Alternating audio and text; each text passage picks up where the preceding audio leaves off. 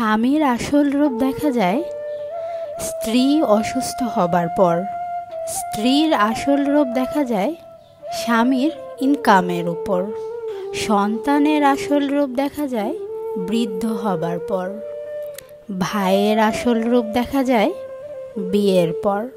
ফুপু চাচার আসল রূপ দেখা যায় দাদির মৃত্যুর পর।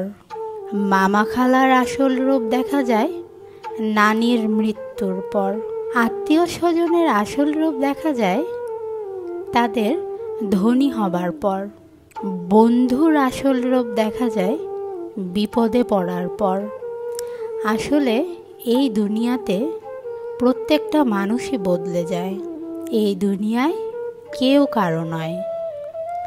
এই জন্য আপনার মনটা আল্লাহর জন্য উৎসর্গ করুন, যিনি আপনার সাথে সর্বদা রয়েছেন, যিনি আপনাকে কখনোই হতাশ করবেন না।